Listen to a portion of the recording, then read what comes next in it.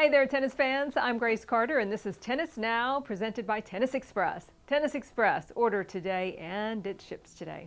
The blunder down under. That's what some are calling Novak Djokovic's medical exemption and subsequent visa rejection in Australia.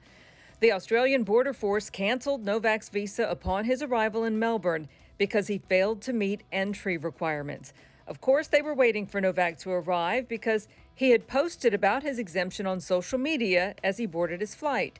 After months of avoiding the vaccine question and speaking out against the mandates, authorities were on the ready. Novak's legal team will try to appeal this decision on Monday. Meanwhile, the fallout and finger-pointing continue.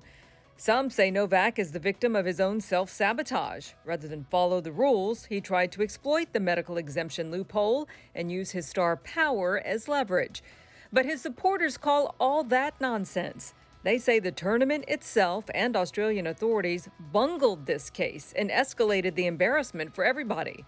They say government officials are scapegoating Novak because of public backlash to his exemption. Some question how and why Djokovic was granted the exemption in the first place.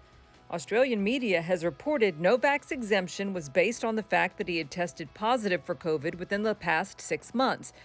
But as reported in the Sydney Morning Herald today, Tennis Australia was told twice in writing by federal government health authorities that the unvaccinated, even if they contracted COVID in the last 6 months, would not be granted entry into the nation.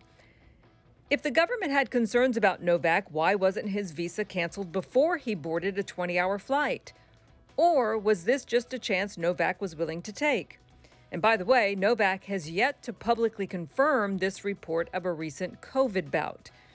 Australian authorities, though, have never wavered. They've said all along that players had to be vaccinated, and the Victoria Premier, Daniel Andrews, has been very vocal publicly reiterating the government's message and shooting down the prospect of any unvaccinated players entering Australia, saying he would not approve any travel exemptions for any unvaccinated players to enter Melbourne. So what a mess. Did the AO drop the ball? Or was Craig Tiley and Tennis Australia just hoping to work this all out once Novak arrived? After all, they claim 2 independent review panels approved Novak's medical exemption. Clearly, there is a disconnect here between Tennis Australia, the Australian government, and Novak himself. As you can imagine, there are very strong emotions on both sides of this issue. And regardless of the bureaucracy involved, Rafa Nadal says ultimately, if Novak wanted to play the AO, he knew exactly what was required.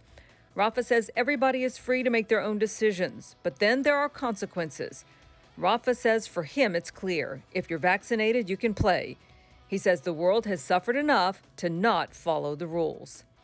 And about the notion that Novak is being singled out, authorities in Australia have confirmed Czech tennis player Renata Varakova has joined Djokovic in the immigration detention after her visa was also canceled. She decided to drop out of the tournament and leave Australia rather than protest. So where do you stand on this mess? Novak has tested negative for COVID. There's a safety bubble created, so should he get to play? Or are you on the send him home side? He knew the rules and should face the consequences. And what about the AO? Did the organization clarify government rules to Novak and the public? Or do you think they were just hoping to get it worked out once Novak landed? Sound off in the comments section, and we'll see you next time.